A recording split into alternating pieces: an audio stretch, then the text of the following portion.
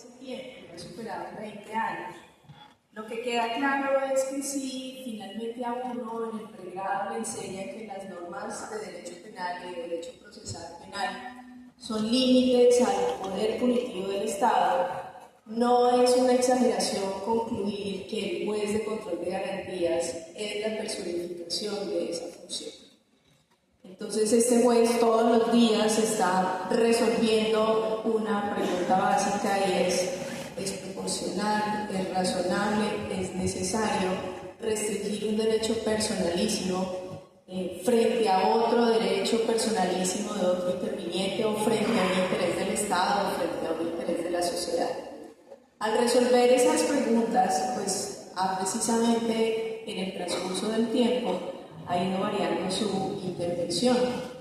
Un ejemplo de ello precisamente es la participación más o menos activa que tiene en el acto de vinculación de una persona al proceso penal.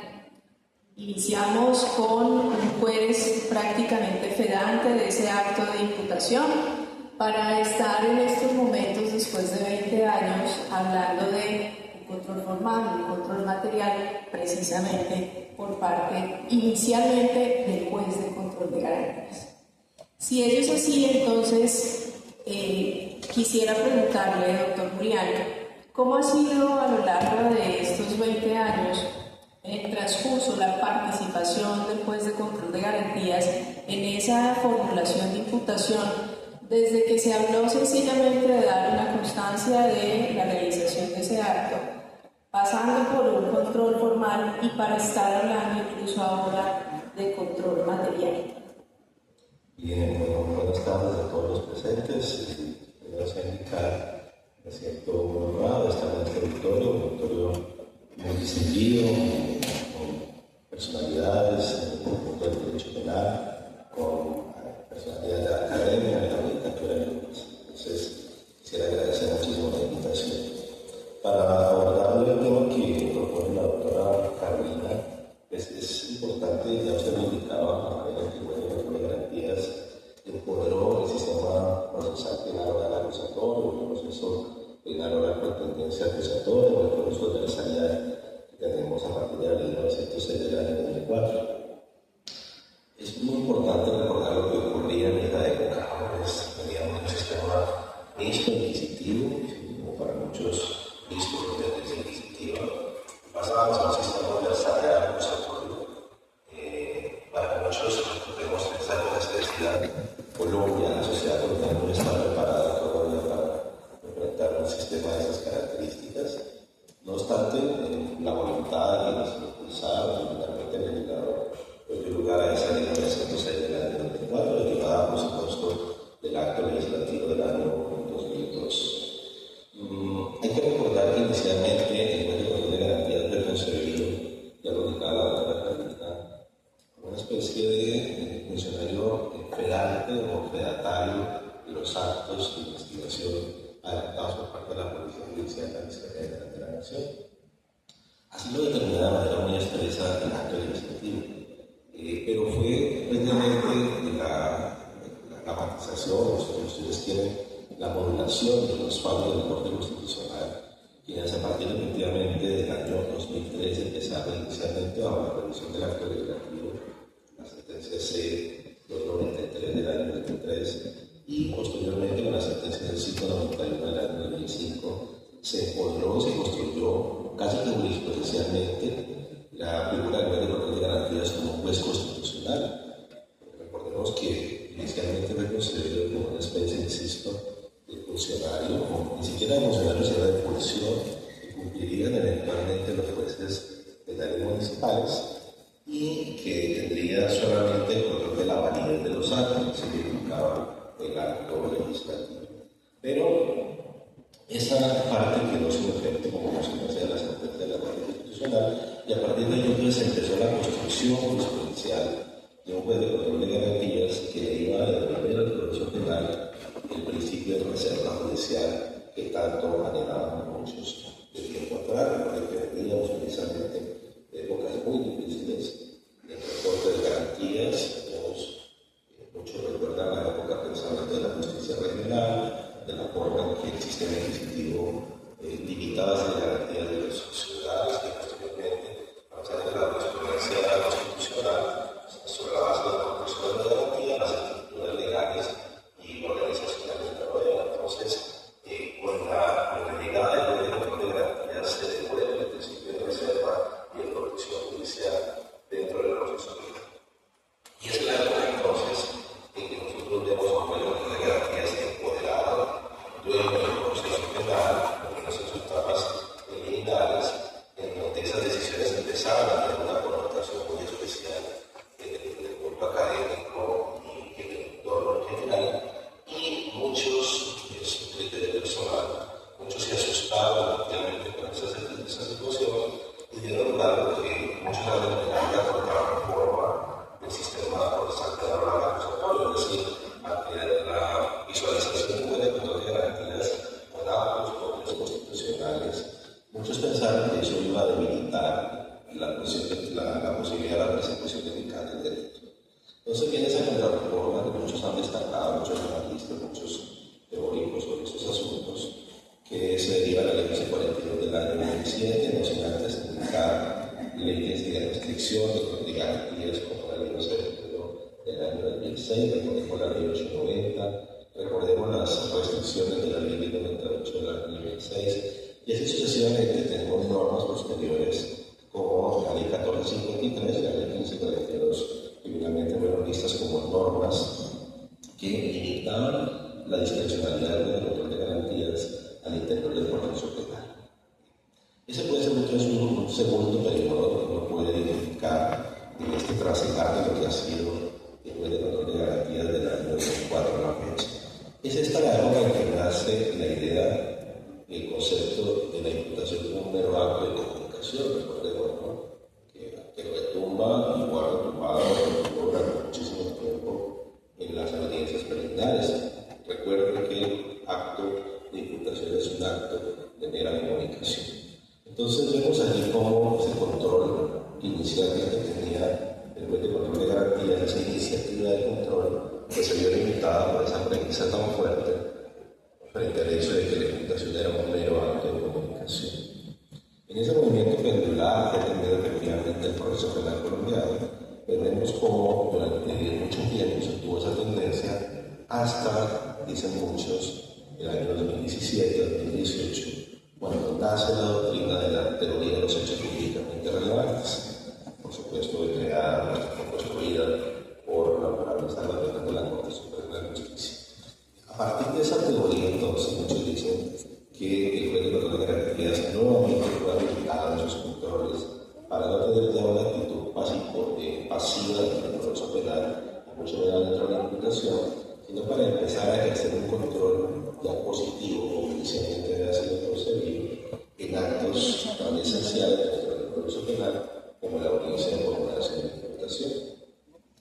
Esa teoría, por supuesto, nos invita a los responsables de garantías a ejercer ese control positivo, a tener una actitud proactiva en la defensa del principio de legalidad y en la protección de derechos fundamentales al interior de ese acto jurídico, pero vemos cómo finalmente se trata de un control que va no solamente sobre los presupuestos prácticos, sino también sobre los presupuestos jurídicos del acto de comunicación.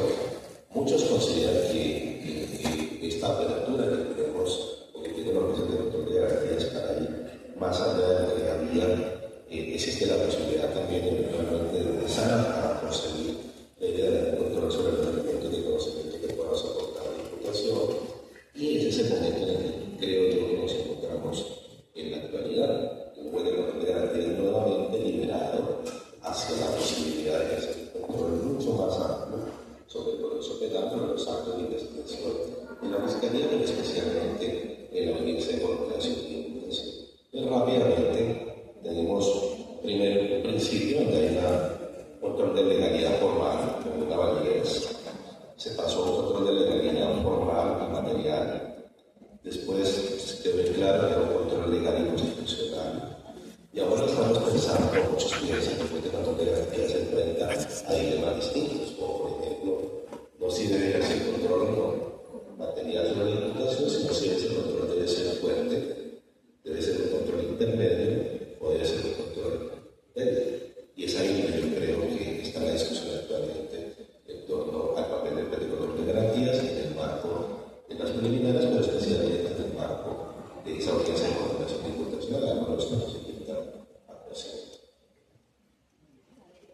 Precisamente dentro de ese panorama actual que usted nos ubica, doctor Julián, tenemos un antecedente, por decirlo reciente, que es una sentencia de unificación de la Corte Constitucional, la 360 del año pasado, y en ella básicamente una de las conclusiones es un control más o menos amplio de la imputación es acorde con la Constitución.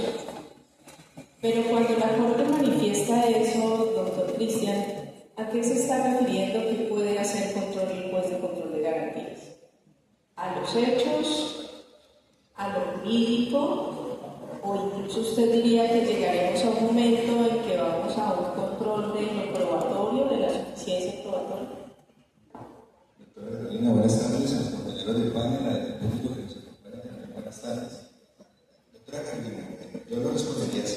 De forma abstracta, el control que ejerce el juez en la imputación, la acusación y la sentencia está determinado por tres posibilidades: los hechos fácticos, la calificación jurídica o el juicio de tipicidad, y tercero, la suficiencia probatoria. Esto insisto en sentido abstracto.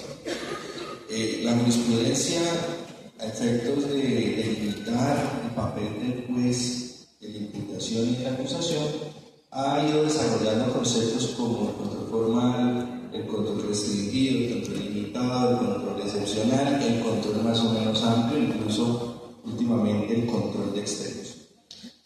Yo preferiría, para los efectos de la intervención, llamar a los determinados tipos de control por aquello que se pueda controlar. Por ejemplo, control sobre los hechos, control sobre la calificación jurídica o control sobre la suficiencia probatoria.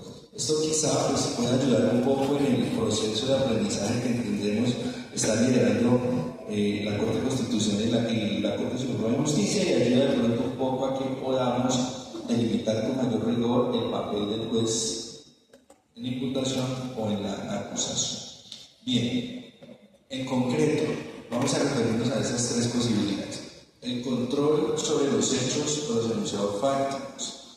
Aquí, el juez de control de garantías tiene el deber de intervenir en la atribución de hechos que hace la Fiscalía en la formulación de imputación. Esta intervención se constituye en un requisito de validez de la diligencia de imputación, en concreto a partir del artículo 188 procesal penal, que establece la obligación de la Fiscalía de hacer una relación clara y sucinta de los hechos jurídicamente relevantes.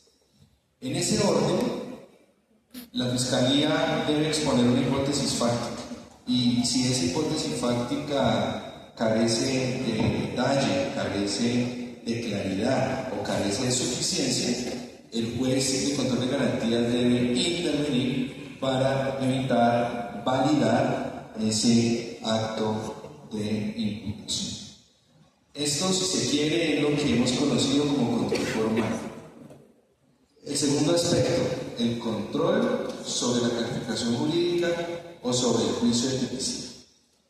Aquí la Fiscalía tiene el deber de asignar una calificación jurídica a los hechos atribuidos, y el rol del juez de control de garantías consiste en hacer un control limitado o restringido. De modo que, si el juez de control de garantías advierte que en la imputación de la Fiscalía hay hipótesis contrafácticas o hay imputaciones con una evidente discordancia entre el hecho y la adecuación normativa, o incluso ante calificaciones claramente infladas o disminuidas, es decir, frente a imputaciones manifiestamente ilegales, el juez debe intervenir invalidando o no avalando ese acto o ese impulso procesal promovido por la Fiscalía. Este es, a grandes rasgos, lo que podemos llamar el control limitado o restringido, que algunos llaman control más o menos amplio a partir de la sentencia SU 360 del 2024. El tercer aspecto, el control sobre la suficiencia probatoria. Hay que decirlo, hasta el momento ni la ley ni la jurisprudencia han establecido la obligación del juez de revisar elementos materiales probatorios o de hacer un control sobre los medios probatorios para validar la imputación o la acusación. De modo que el control sobre los medios de prueba sigue siendo restringido para el juez de conocimiento en la valoración de la sentencia. Sin embargo, y hemos podido observarlo en las últimas decisiones de la Corte Suprema, uno no vería extraño alguna modificación legal que dé vida a lo que hemos llamado el juez intermedio o el juez de la acusación. Incluso no sería extraño que el legislador terminara asignando esa función al juez de control de garantía, y lo vimos ahora que la doctora Miriam nos explicaba el ejercicio de control de garantías en otros países, y pudimos verlo como en otros países ese control total con evidencia, lo que llamaríamos el juez de la causa probable, lo hace el juez de control de garantías. De modo que pues, yo no veo esto, no me sorprendería si en los próximos meses podemos empezar a ver estos cambios. Sobre este punto, en la SP 322 que citó el doctor Ledesma, cuyo ponente es el doctor Carlos Roberto, allí el doctor José Joaquín Urbano, en una aclaración de voto, plantea este dilema. Hace un llamado para la urgencia de modificaciones legales que puedan dotar al juez de más herramientas para saber qué puede controlar, hasta dónde puede intervenir. Sin embargo, es consciente que mientras se logran esos cambios legislativos, pues la jurisprudencia tiene que seguir buscando alternativas. Dentro de esas alternativas, el magistrado propone lo que se ha llamado el control de extremos, ¿sí? Un control más allá del control formal, permitiéndole al juez de conocimiento declarar sin pedido para conocer del juicio.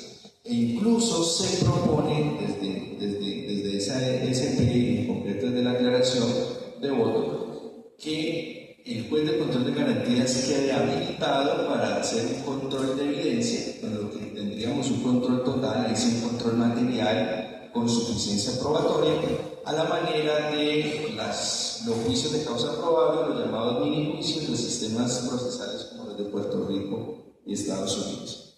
Esa es mi respuesta al doctor. Doctor José Manuel, precisamente ahí donde termina entonces el doctor Cristian. ¿Usted ve probable que estemos caminando precisamente hacia una modificación legislativa o hacia un desarrollo jurisprudencial que le diga incluso al juez de control de garantías, y obviamente sería una modificación legislativa en el sentido de permitir el descubrimiento en el momento de la imputación, que le diga al juez de control de garantías los elementos que tiene la Fiscalía y entonces hacer esa evaluación de suficiencia probatoria? Vamos para seguramente ese objetivo. Muchas gracias. Primero de todo, emocionado de estar aquí con todos ustedes compartiendo estos temas.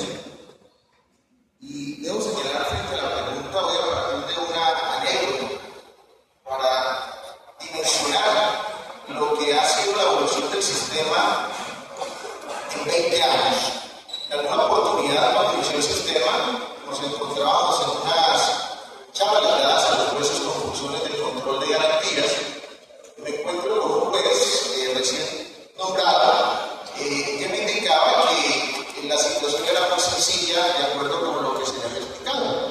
Simplemente era escuchar Fiscalía de Defensa, recordar que la Fiscalía hacía parte del Estado, luego entonces en ese sentido avalar lo que señalaba la Fiscalía y en caso de dudas, pues simplemente negar que la segunda instancia, circuito, resuelve y concreta. De ese tópico, obviamente ha cambiado mucho, ha pasado muchos años y obviamente la evolución nos ha llevado a estar el día de hoy hablando básicamente de esos controles que debe ejercer el juez.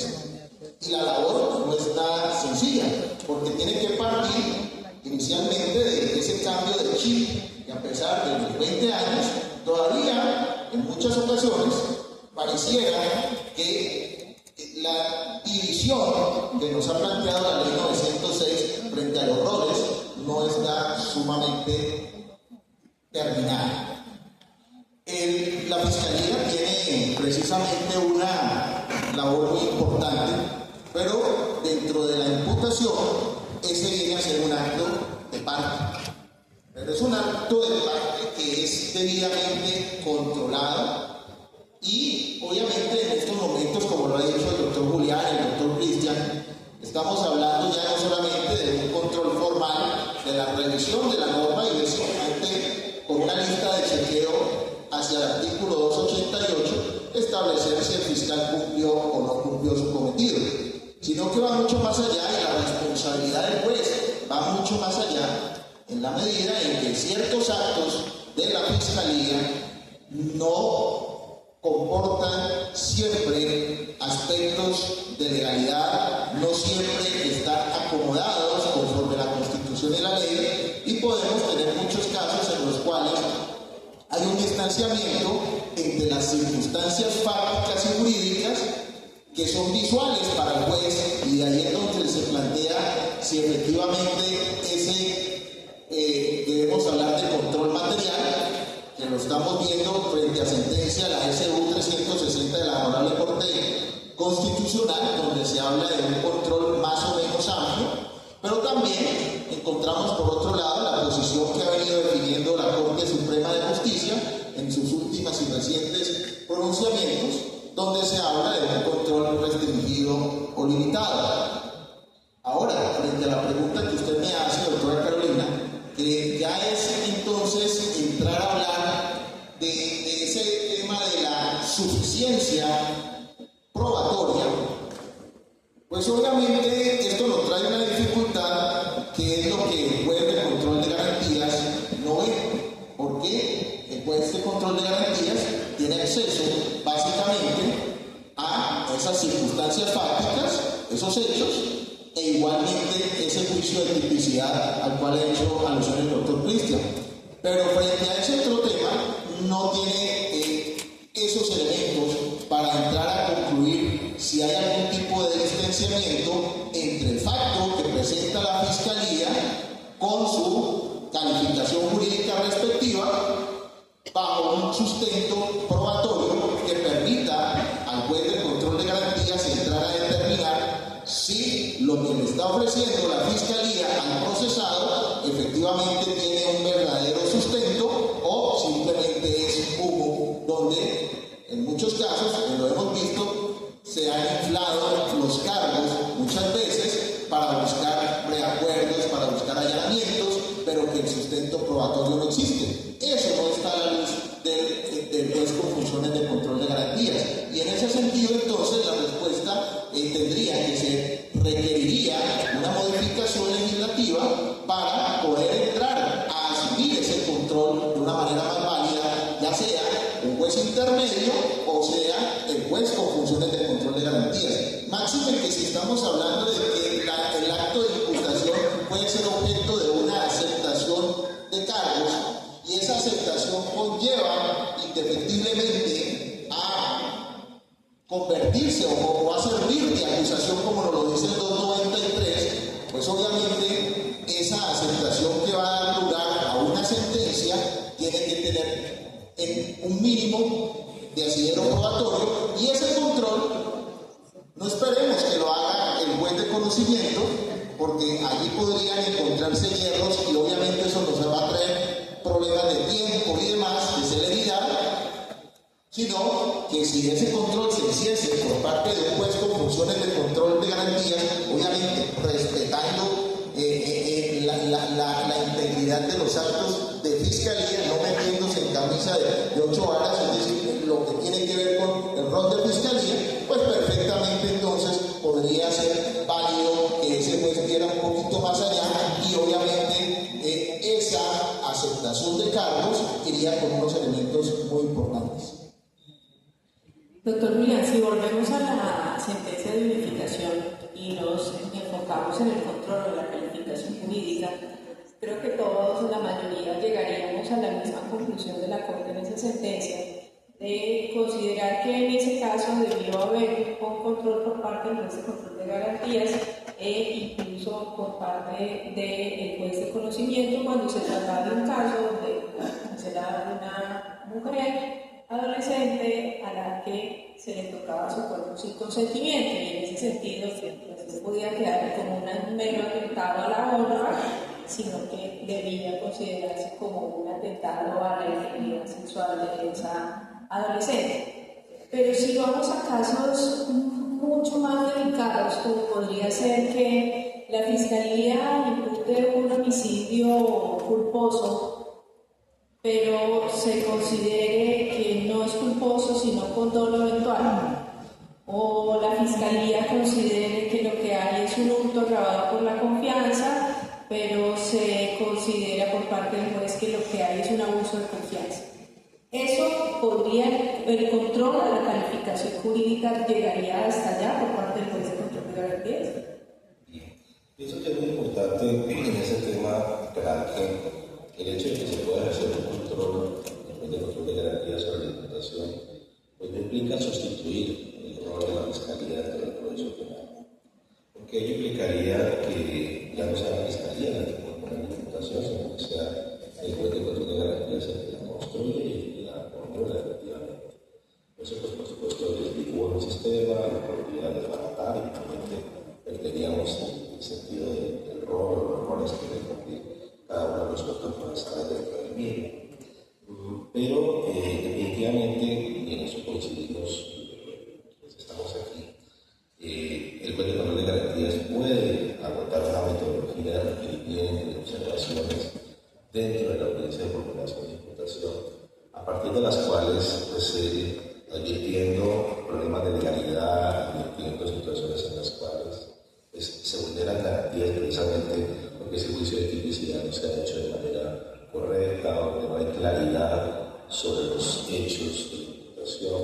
Pues, a partir del sistema de requerimiento de observaciones a la Fiscalía, pues podría intervenir para que finalmente la Fiscalía acepte sí o no, sobre la base de esos requerimientos, de esas observaciones, modificar, corregir, aclarar la imputación fáctica y jurídica que presente.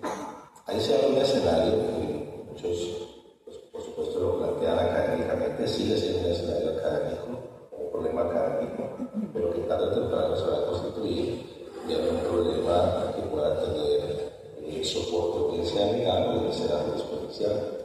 Y es el hecho de que finalmente luego de esas observaciones, de esos requerimientos frente a una no adecuada formulación de imputación, no hay claridad sobre los hechos jurídicamente relevantes, o no hay claridad sobre el presupuesto fáctico por la imputación, no hay claridad jurídica en torno a la calificación de los cargos, y en donde eventualmente también se puedan advertir ciertos problemas de insuficiencia probatoria, que se permite el término de insuficiencia para la razonable de participación con relación a los medios de conocimiento. Entonces el juez pueda crear la posibilidad de inadmitir o de rechazar la formulación de imputación.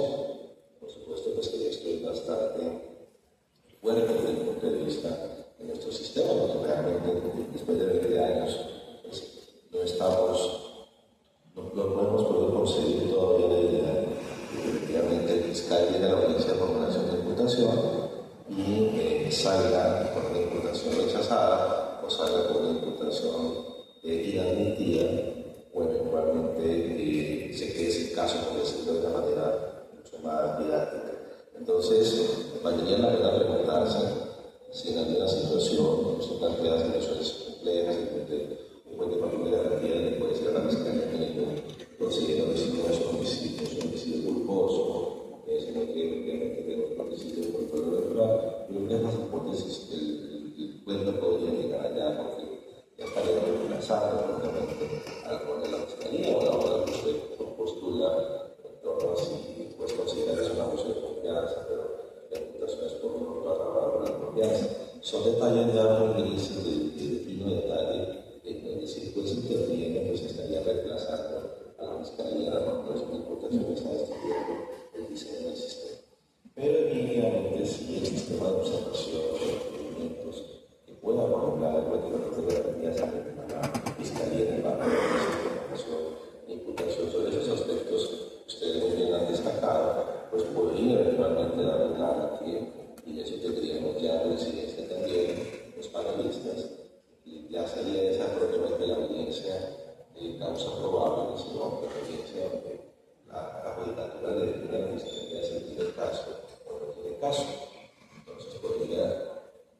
ustedes saben que es un foro académico, por supuesto, y está hecho para eso.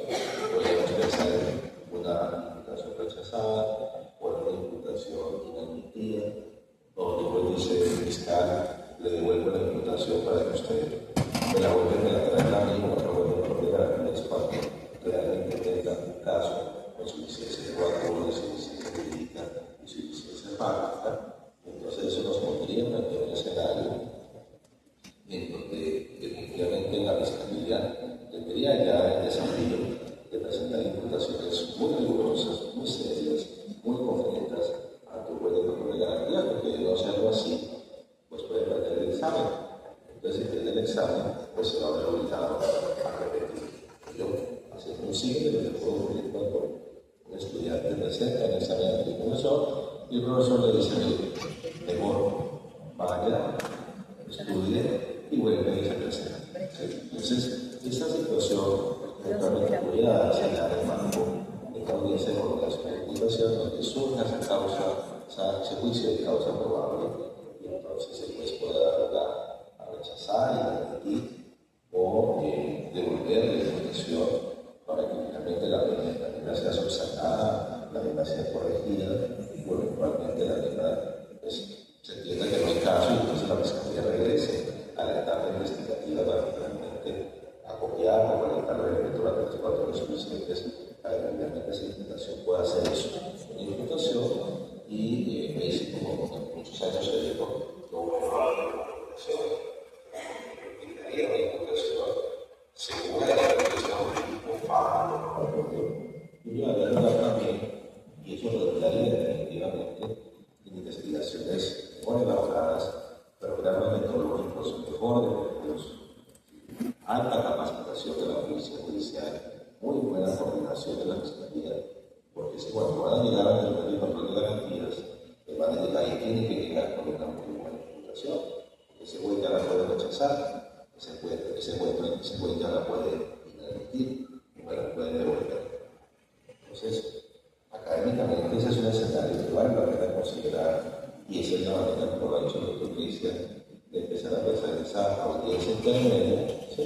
O esa audiencia de causa probable, que ya sea por una reforma legal, como hemos discutido en algunos casos, o bien sea el sistema de subreglas jurisprudenciales que la Honorable Sala Penal de la Corte Suprema de Justicia ha venido estableciendo desde tiempo atrás, que son muy útiles y muy valiosas para los jueces tanto de conocimiento como de garantías, que nos permiten responder rápidamente a los fenómenos que se nos presentan en las salas de audiencia y que a veces el delicado se demora un poquito más en resolver. Entonces, esa es un poco la perspectiva que podríamos tener frente a ese aspecto en particular. Doctor José Manuel, ya como habla el doctor Julián, precisamente que pues ese control entonces puede empezar por hacer observaciones, requerimientos. Finalmente la Fiscalía dice no acepto la observación, no acepto el requerimiento. ¿Cuál debe ser la decisión del juez de control de garantías y sobre todo si ese control que hace el juez tiene que ser de oficio o tiene que ser a petición de parte?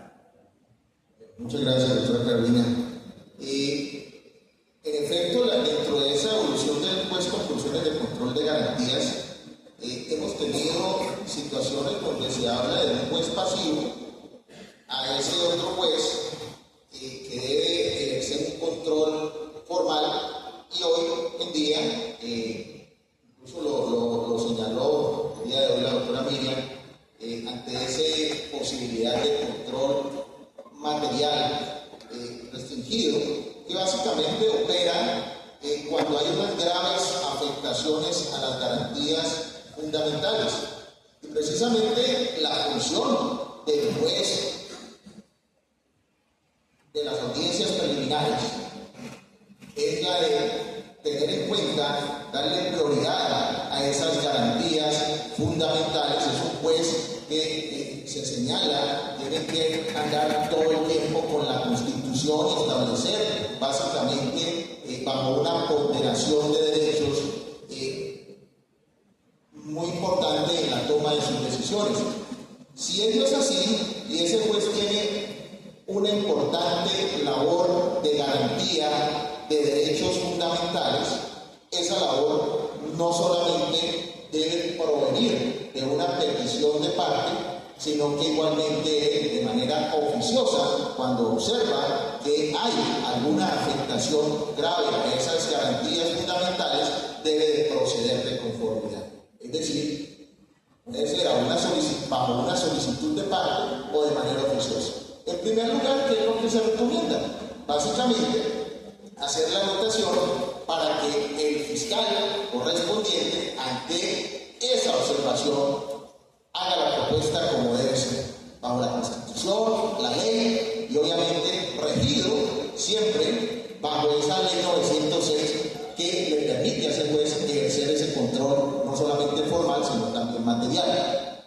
Pero además de ello, habrá que tomar una decisión en el evento en que ese fiscal insista en que esa propuesta que ha traído es válida y por ende no echa un paso atrás. Ante tal situación, si el juez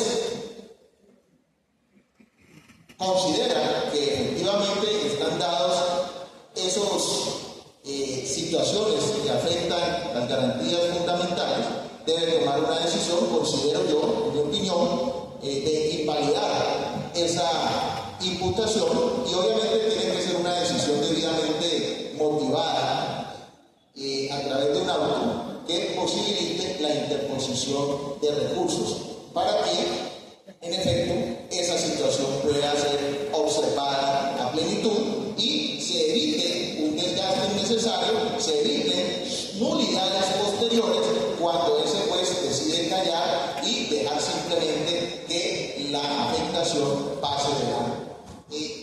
Debo traer a colación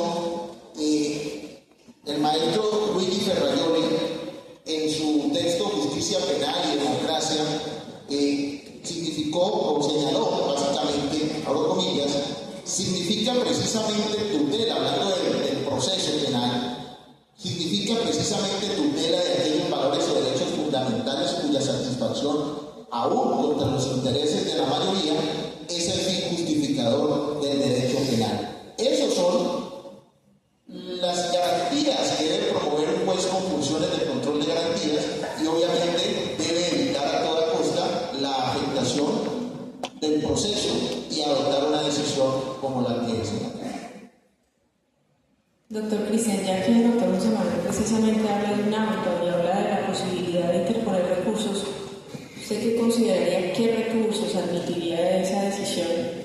Y en últimas, ¿cuál sería la decisión? Es decir, sería una decisión de aprobar, validar, invalidar, rechazar. ¿Qué recursos, cuál sería la decisión y qué recursos admitiría esa decisión? Gracias, doctora. En efecto, yo creo que tenemos claro hasta este momento que ya el juez de control de garantías no puede limitarse a dar constancia en el sentido de que la Fiscalía realizó la imputación. Y sobre todo en los aspectos del control sobre los hechos, el control sobre la calificación jurídica, cuando se activa ese control excepcional, el juez debe tomar una decisión. La naturaleza de la decisión, los efectos de la decisión, esos son asuntos que no están llegando a los juzgados y a los que tenemos que darles solución. Coincido con el doctor José Manuel, si vamos a ejercer control dentro de las posibilidades que tenemos, hay que tomar una decisión, que esa decisión tiene que ser motivada y esa decisión está resolviendo un aspecto sustancial, la continuidad o no del ejercicio de la acción penal por parte de la Fiscalía. Luego, yo considero que esa decisión sí es susceptible de recursos, pero esto por supuesto nos debe colocar a reflexionar sobre las consecuencias de lo que estoy diciendo. Esto nos puede traer, problemas. Por ejemplo, pensemos una audiencia concentrada preliminar en la que legalizamos captura, estamos formulando imputación y la Fiscalía tiene la pretensión de solicitar la imposición de la medida de aseguramiento. No podría pensar que el recurso allí se puede convertir en una estrategia de litigio, no solamente para evitar la continuación de la investigación, sino para evitar la imposición de la medida de aseguramiento. Este es un problema jurídico que tenemos que resolver.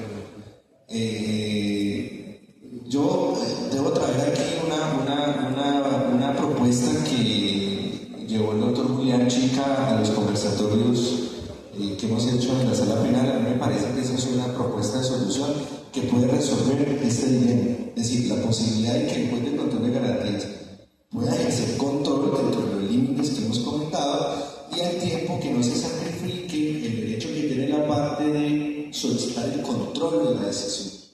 Luego, yo creo que esa tensión se puede resolver trayendo a colación la solución que la jurisprudencia de la Corte Suprema de Justicia ha logrado para lo que tiene que ver con la admisión y la inadmisión de la prueba. Recordemos, si el juez admite prueba, la jurisprudencia ha establecido ya de forma pacífica que contra esa decisión de admisión de prueba solamente procede el recurso de reposición. Si el juez inadmite la prueba, pues adicionalmente la parte perjudicada puede solicitar o puede interponer el recurso de apelación. Llevada esta solución al dilema que estamos planteando acá sería que si el juez valida, avala la imputación, que contra esa decisión solamente proceda el recurso de reposición. Bueno, aquí podría pensar y los colegas defensores ya me están mirando un poquito. Uno podría decir, mire, tengamos en cuenta algo. Esa decisión del juez ya ha tenido dos controles. Primero, el control que hace el fiscal, que es el control del juicio de imputación, que se supone el fiscal lo hace por fuera de la audiencia, es decir, suponemos que el fiscal ha cumplido con su rol haciendo el juicio de imputación por fuera de la audiencia y que va a la audiencia a hacer una relación clara de su cita, de los hechos jurídicamente relevantes. Segundo, ha tenido el control que acaba de hacer en la audiencia el juez de control de garantías, es decir, ya tiene un segundo control y ese segundo control tiene un control judicial. Y va a tener un tercer control, porque en la acusación se puede controlar la imputación si la defensa considera que se violó alguna garantía fundamental con la posibilidad de la nulidad, que ese será un tema que no se debe tocar en el panel el día de mañana. Entonces, yo creo que tampoco estamos sacrificando tanto la posibilidad de que la defensa pueda hacer mecanismos de control en el entendido primero, que no sería una solución extraña, porque es una solución que ya ha utilizado la Corte Suprema para otras circunstancias, y en segundo lugar, no estamos dejando sin control la imputación. Ahora, en el otro escenario, si el juez invalida o no avala la imputación, pues estaríamos tomando una decisión que va a impedirle a la Fiscalía la continuación del ejercicio de la acción penal. Y en ese orden, consideraría yo, siguiendo el ejemplo de solución para la admisión y la inadmisión de la prueba, que contra esa decisión se pueda adicionalmente utilizar el recurso de apelación.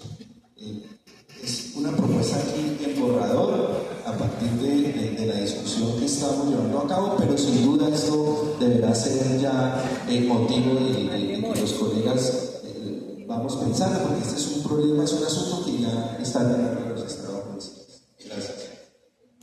Doctor Julián, y para efectos de complementar esta posición, esta propuesta que hace el doctor Cristian, ¿cuáles serían los efectos en los que deberían concederse esos recursos?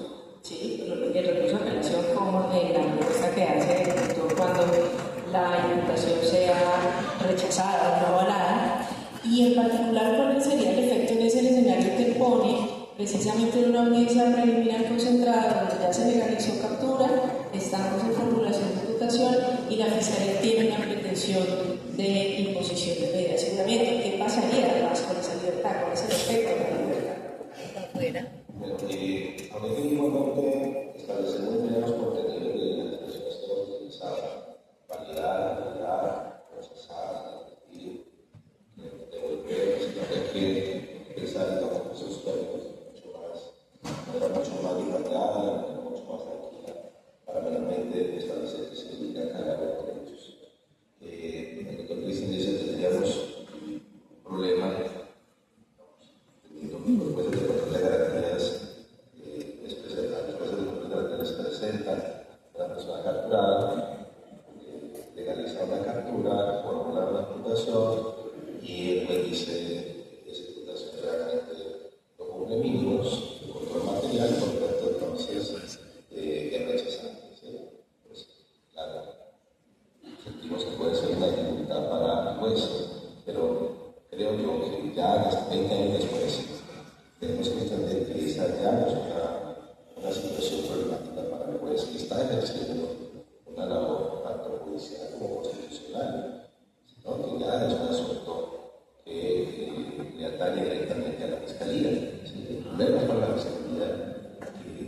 presentó una imputación y la imputación no fue aceptada.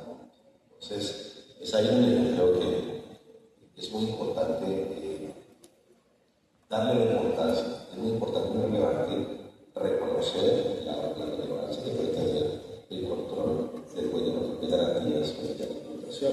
¿Sí? Porque no puede verse como una extralimitación del juez, no puede señalarse el juez de haber impedido el ejercicio de la acción legal. No, tenemos que regresar a la idea militar en donde el juez es finalmente el que ejerce el control propiamente sobre sus actos investigativos, y si el acto investigativo no cumple, es el acto investigativo superior. Entonces, ese aspecto, digamos, creo que es importante tenerlo muy presente. Claro, llega el fiscal, a la fiscal, la Fiscalía de la Declaración de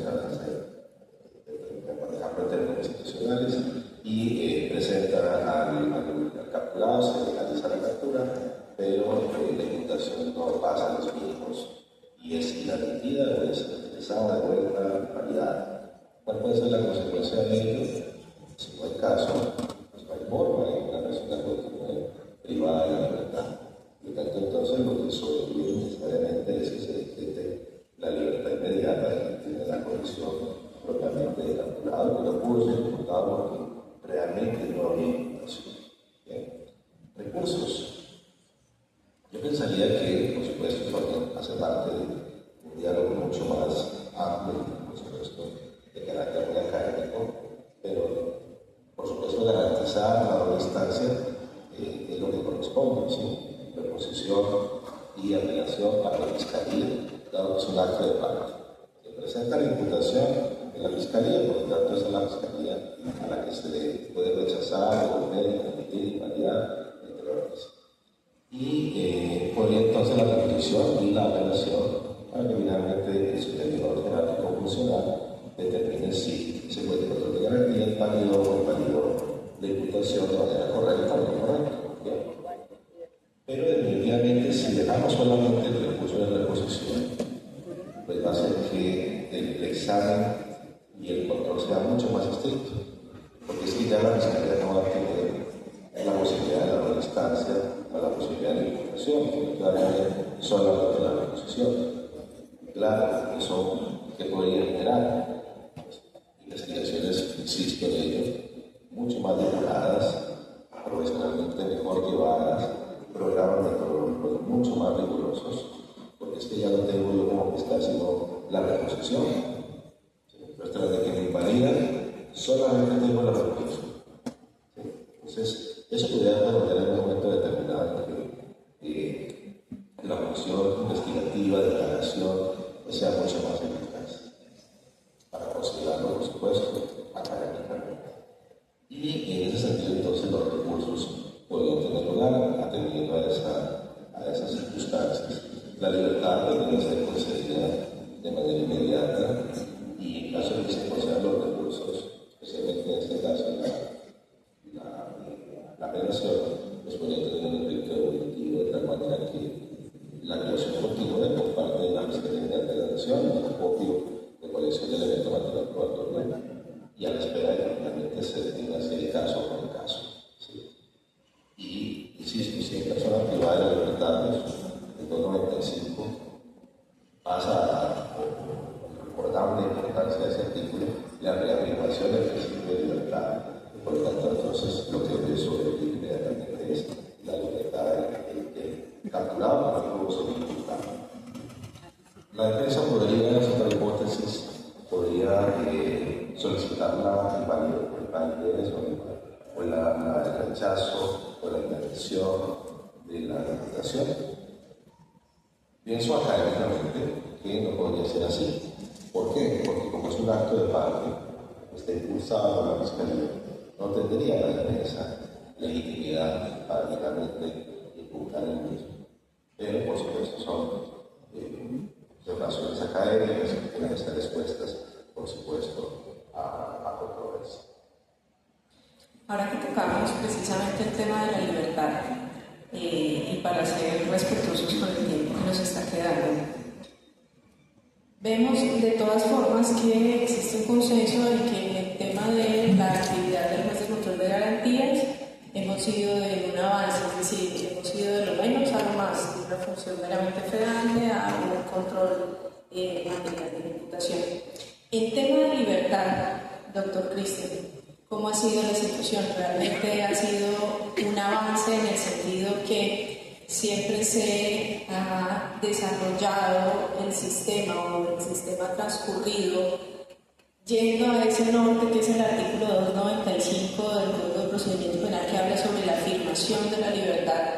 ¿O realmente hemos tenido de pronto un movimiento pendular? Unas veces nos acercamos muchísimo al 295 y otras veces hemos sido más restrictivos del derecho de la libertad.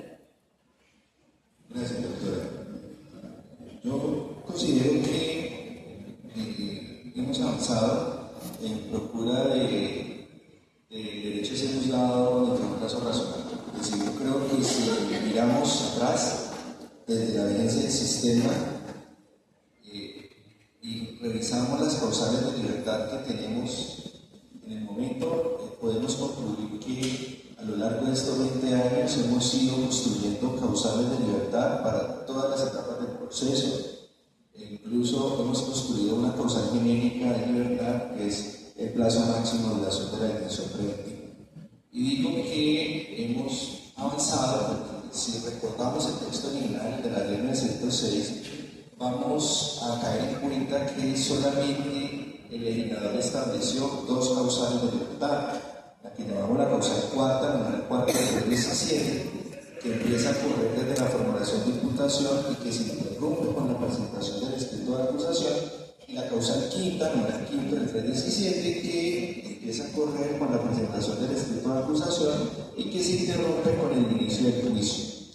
El texto original dejó sin causal concreta de libertad la etapa del juicio, cuando una vez iniciaba el juicio.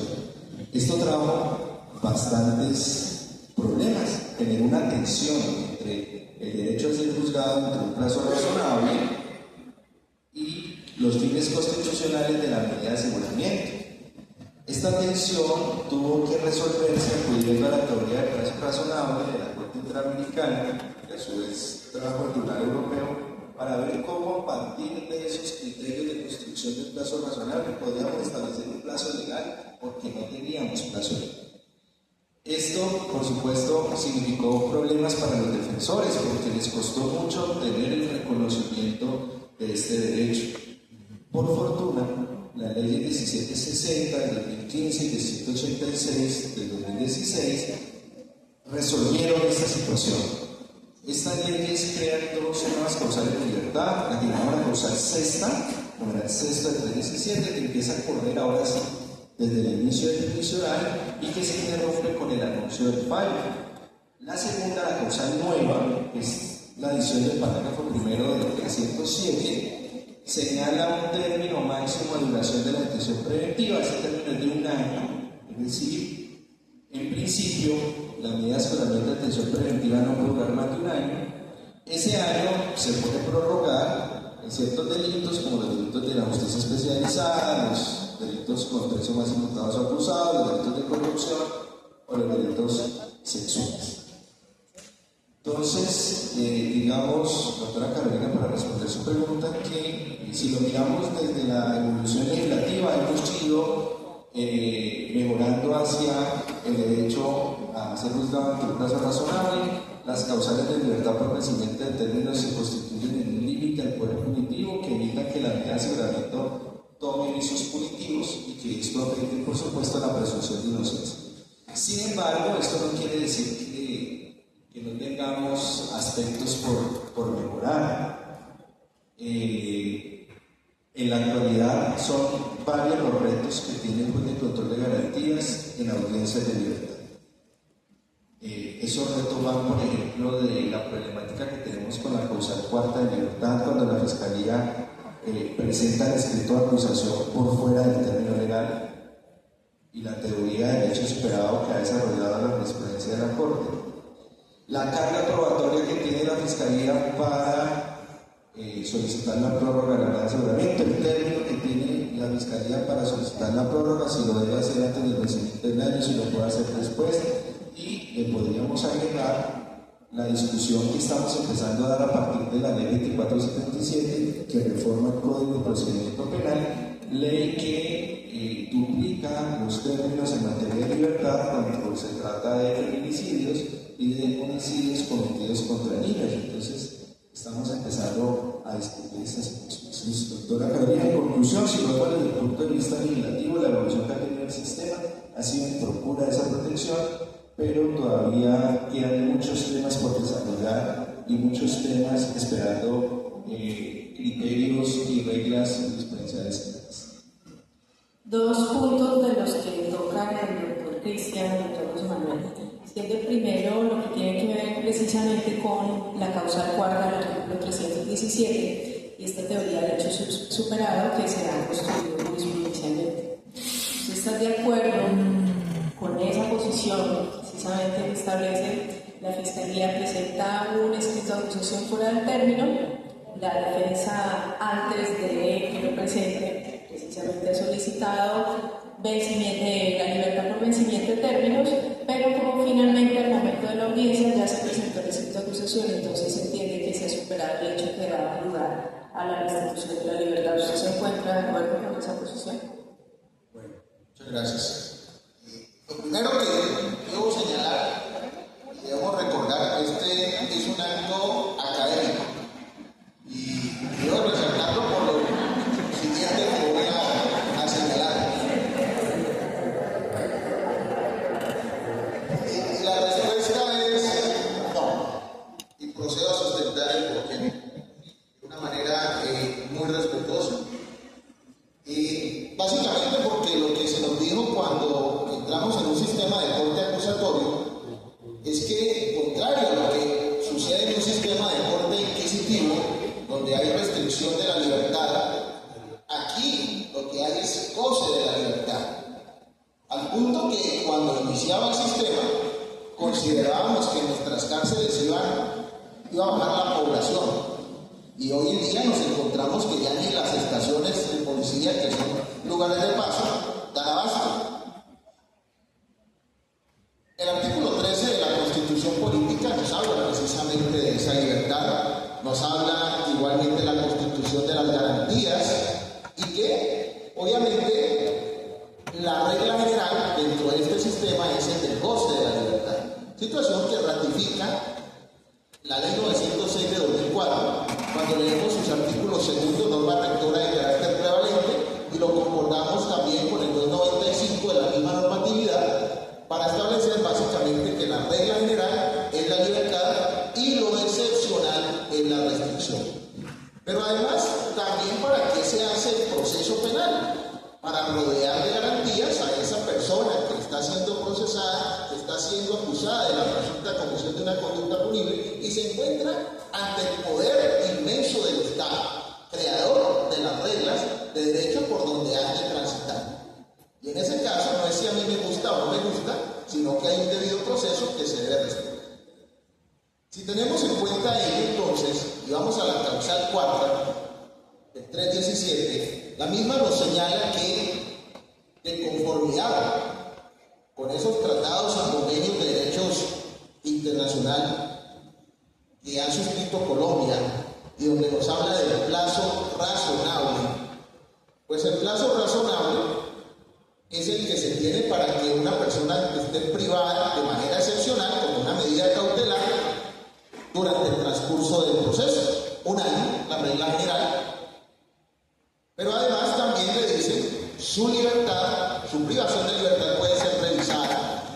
Y para eso le vamos a crear unas causales del 317, numeral 4, que es básicamente que ha transcurrido un tiempo luego de formulada la imputación sin que se haya presentado el escrito de acusación. Luego, lo que yo esperaría como procesado es que si quienes tienen que velar por ese cumplimiento de esos términos, fiscalía, juez, están atentos a ello, lo que debe suceder es que formular la imputación, ellos inmediatamente entonces tendrán un término para, o mejor ellos, fiscalía, para presentar el escrito de acusación. Si no lo hacen, la norma me está autorizando para que haga mi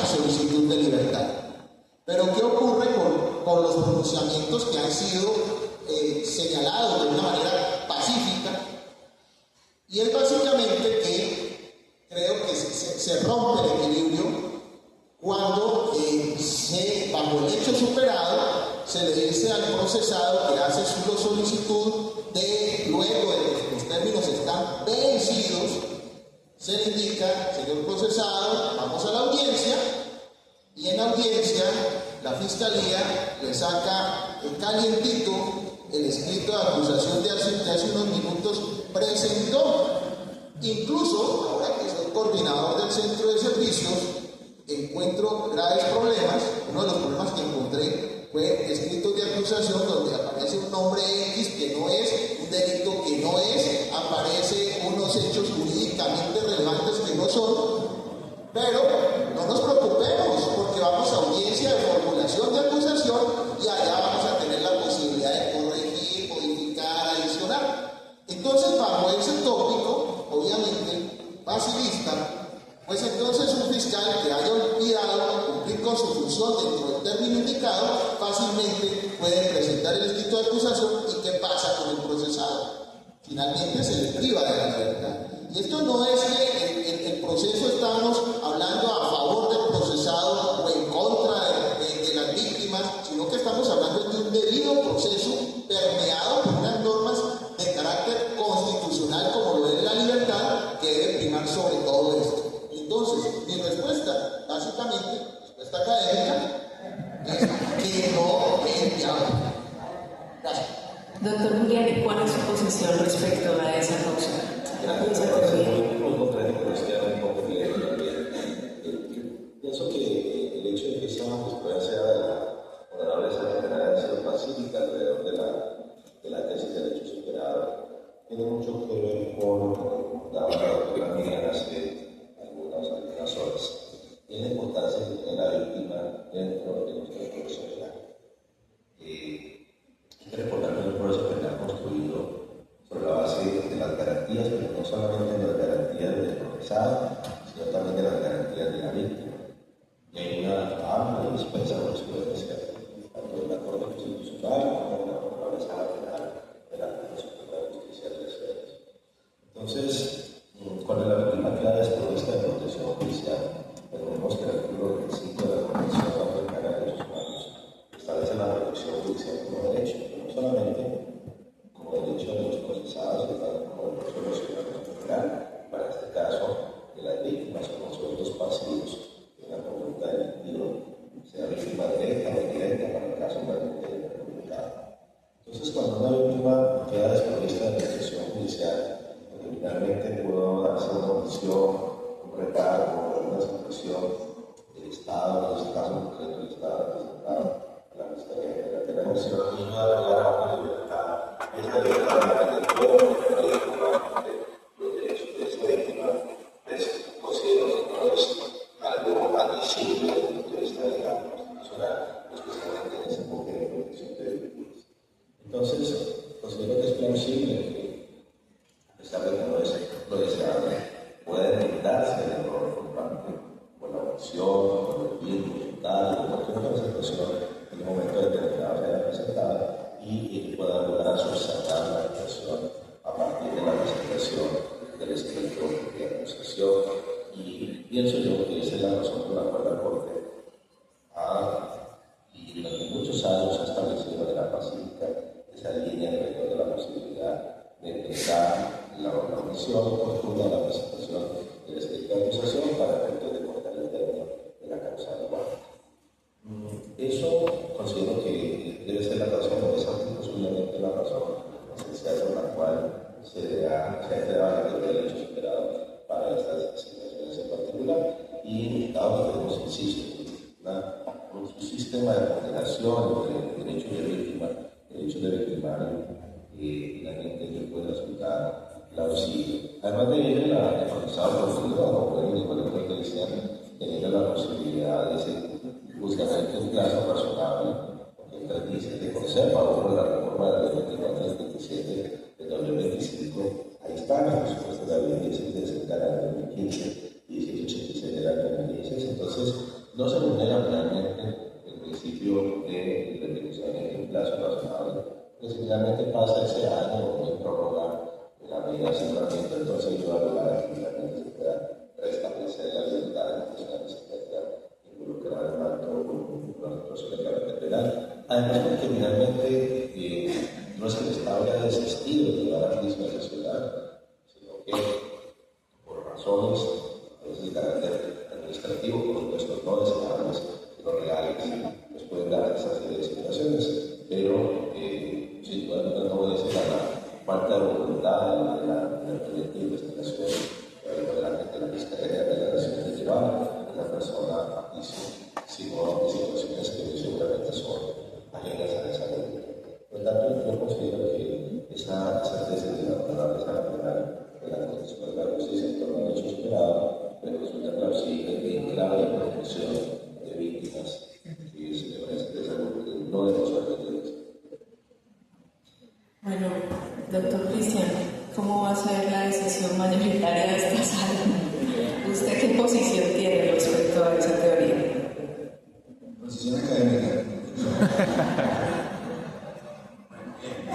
No, yo comparto las vías también.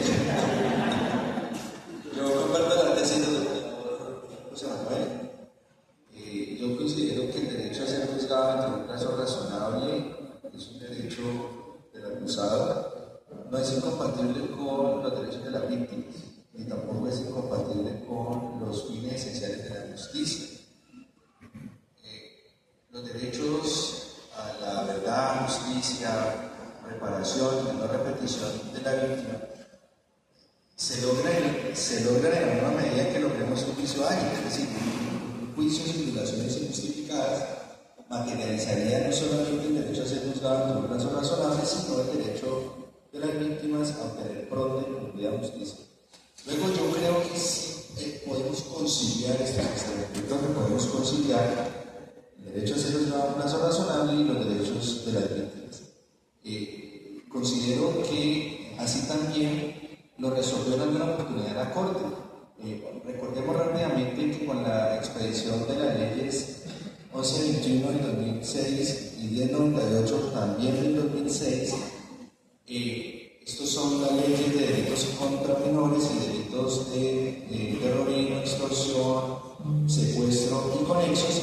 Recordemos el artículo que decía: en estos casos no se podrá conceder ningún beneficio judicial, legal o administrativo. Ese artículo fue entendido incluso por la Corte, porque la Corte sostuvo esa postura hasta el año 2015, de que no se podía conceder la libertad provisional por vencimiento del término en estos delitos. Y esa postura la mantuvo la Corte hasta el año 2015, año en el que le da el giro y reconoce que ambos derechos se pueden conciliar en torno a la posibilidad de obtener un juicio sin violaciones injustificadas. A partir del 2015, la Corte ha construido ahora una línea pacífica en el sentido de reconocer que el derecho a ser juzgado dentro de un plazo razonable es compatible con los derechos de las víctimas y compatible con los fines de la justicia. Luego, yo sí creo que la Corte debería revisar esa postura en función de diferenciar los dos momentos que plantea el doctor José Manuel. Un momento es el que la Fiscalía no presenta el escrito de acusación dentro del término, pero la defensa no solicita la libertad. Eso no podría decir, bueno, podríamos encontrar aceptable la teoría del hecho superado, pero la otra situación es la Fiscalía no presenta el escrito de acusación, la defensa solicita la libertad, el juez de control de garantías programa la audiencia de libertad, le llega la citación al despacho del fiscal y dice: no presenté el escrito de acusación, se va a presentar el escrito de acusación ante el doctor José Manuel y va a la audiencia a decir: me opongo porque ya presenté el escrito de acusación. Yo considero que es muy difícil seguir sosteniendo esa postura. Yo creo que sacrifica no solamente el derecho a ser juzgado por un plazo razonable, sino que sacrifica el principio de la lealtad procesal. Yo creo que tienen razón los defensores cuando dicen: no, la Corte nos derogó jurisprudencialmente la causal cuarta. Sí, yo creo que la causal cuarta quedó sin aplicación.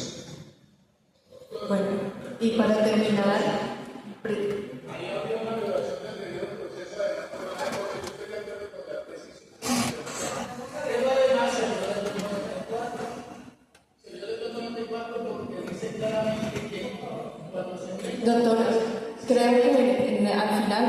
espacio para las intervenciones.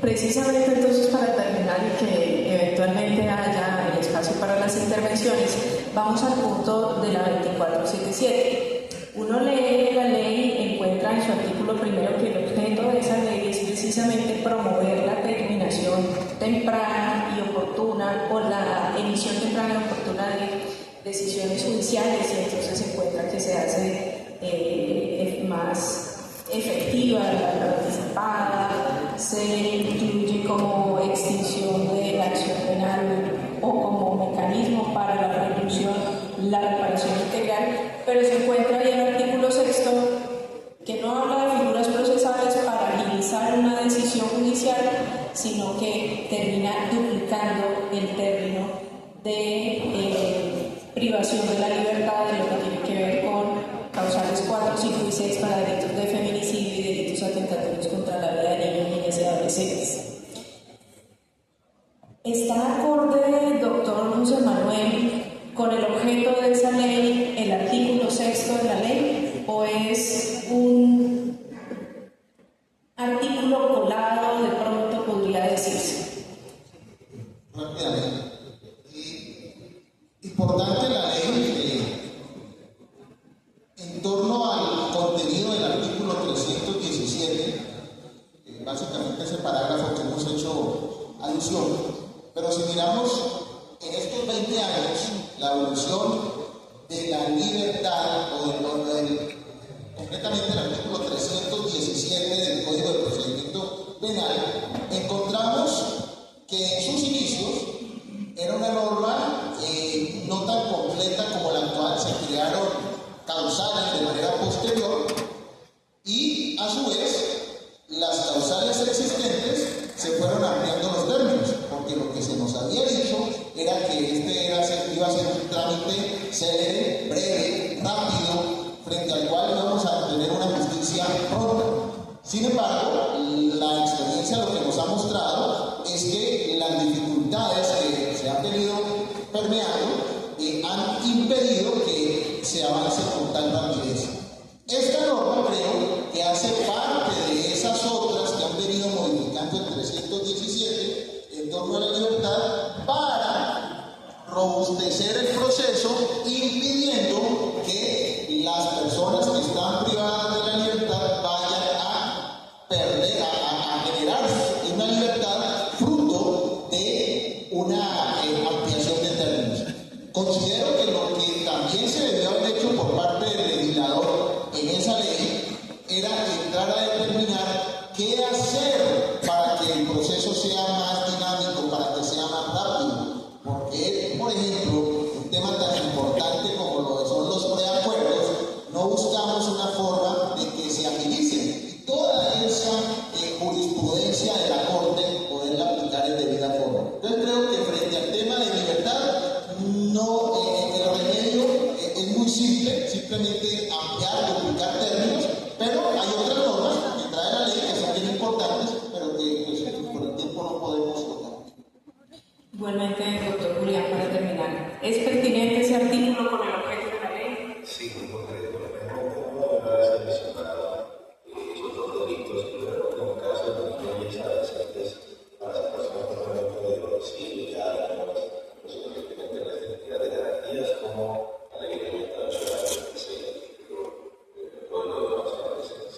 Y adicional a ello, que finalmente no se estableció la razón por la cual se han privado de los temas como homicidio, que son delitos que, porque son supremamente graves, de alta connotación, pues en muchos casos, podría ser en todos por supuesto, pero en muchos casos la complejidad desde el punto de vista probatorio puede resultar mínima o inmediata, en otros casos puede resultar pero en muchos casos no es así. En todo caso, no hubo una justificación concreta, realizar las actas no se encuentra la justificación concreta en la razón por la cual se designó especialmente en el caso de feminicidio y de delitos contra los adolescentes, esta parte para tratar de determinar los términos en torno a tema de libertad. Pues considero que finalmente es una adición que no es compatible con el espíritu de la norma, con el propósito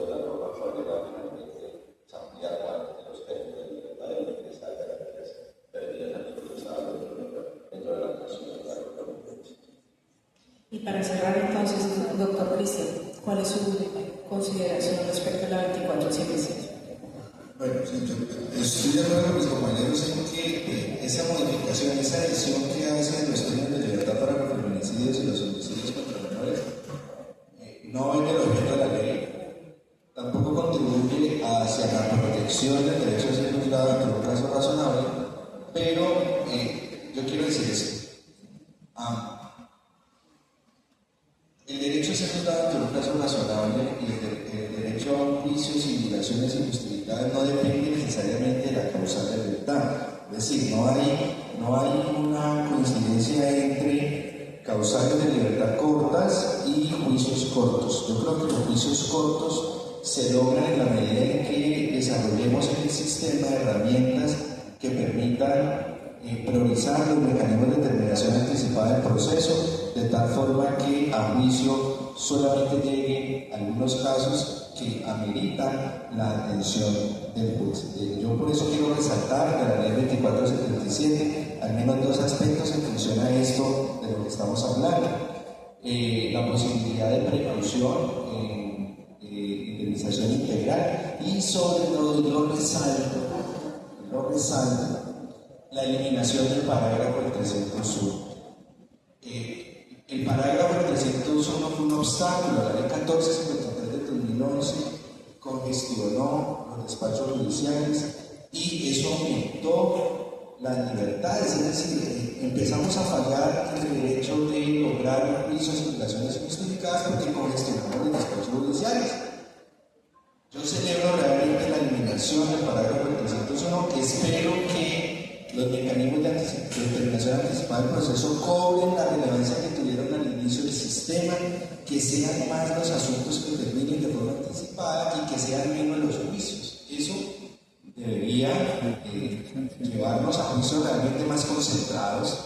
¿Sí? La concentración la sacrificamos, el principio que más sacrificamos, que podamos tener concentración del juicio. Eso nos va a traer juicios más cortos y seguramente van a pasar un plano las causales de libertad, porque a medida que tengamos menos juicios por mecanismos de determinación anticipada, que los pocos juicios que tengamos los vamos a resolver de forma ágil, pues vamos a cumplir no solamente con el derecho del acusado a ser juzgado en un plazo razonable, sino con el derecho de la víctima de tener pronta y tranquila justicia. Gracias, doctor. Bueno, con esa intervención nosotros terminaríamos el panel pasándonos un poquito de tiempo. Habíamos discutido muchos otros retos que tienen en la actualidad los jueces de control de garantías. Sin embargo, estos dos tienen que ver con el control, la imputación y la protección de la libertad. Consideramos que eran los más importantes y claramente surgen a partir de este panel propuestas, eventualmente iniciativas legislativas o de reconsideración de posiciones jurisdiccionales. Muchas gracias a nuestros panelistas, muchas gracias a ustedes por su tiempo, por esperar mucho más de lo previsto y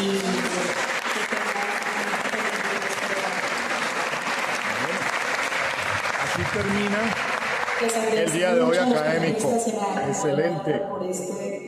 Mañana estaré grabando para subir en la próxima. Orlando de Jesús Pérez